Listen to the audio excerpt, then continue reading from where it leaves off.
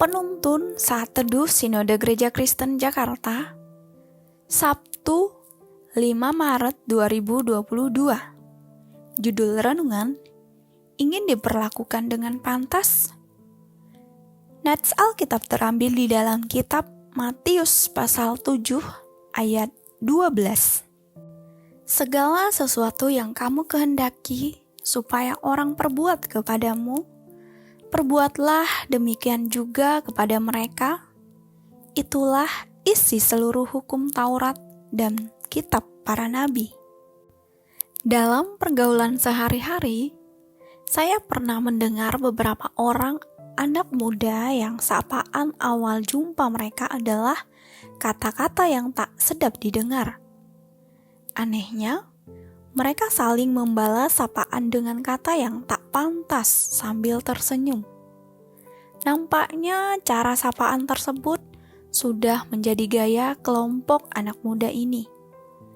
Kata sapaan tersebut menjadi biasa bagi kelompok itu karena memang disematkan sesuai dengan karakter individu mereka masing-masing. Mereka bersepakat dan merasa cocok dengan kebiasaan yang tak pantas itu.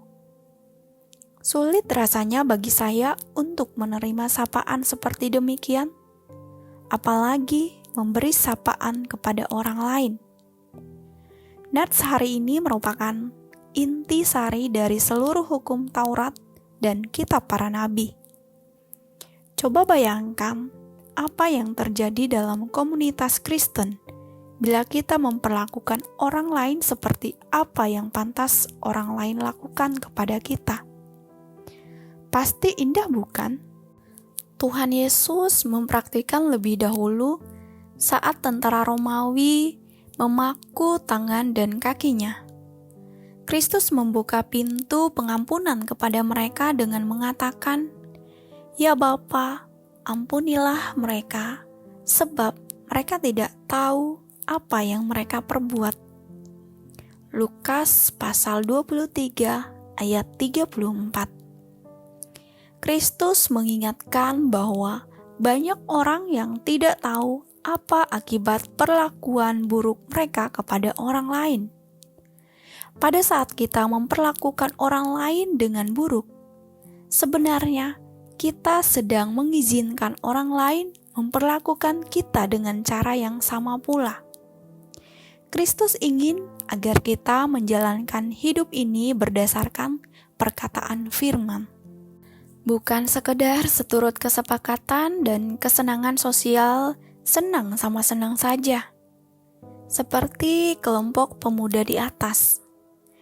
Jika kita menjalani hidup hanya berdasarkan pada kesepakatan bersama saja, maka tak heran di rumah tangga sering terjadi percekcokan yang berujung pada kehancuran. Masing-masing anggota keluarga tidak komit menghidupi nilai-nilai firman, tapi hanya berdasarkan kesepakatan manusiawi yang hanya sebatas mencari kecocokan semata. Ketika masih cocok, terasa damai, tapi tak kala muncul perbedaan, maka hilanglah damai. Apakah demikian? Tuhan Yesus tidak mengajar kita untuk menjadi orang percaya yang pasif. Pasif dalam arti asalkan kita merasa cocok sama cocok dengan orang lain, maka kita bisa memelihara kedamaian. Tidak demikian. Kristus mengajar kita untuk menjadi umat-Nya yang mau menghadirkan damai, meski di tengah-tengah perbedaan. Tuhan Yesus mengajar kita untuk selalu memperlakukan orang lain dengan benar, seperti yang kita ingin orang lain perbuat kepada kita. Saat kita hanya ingin diperlakukan dengan benar dan tidak memulainya lebih dahulu, maka kita akan menjadi orang-orang egois. Dan orang egois tidak akan sanggup hidup sebagai pembawa damai. Bagaimana dengan kita?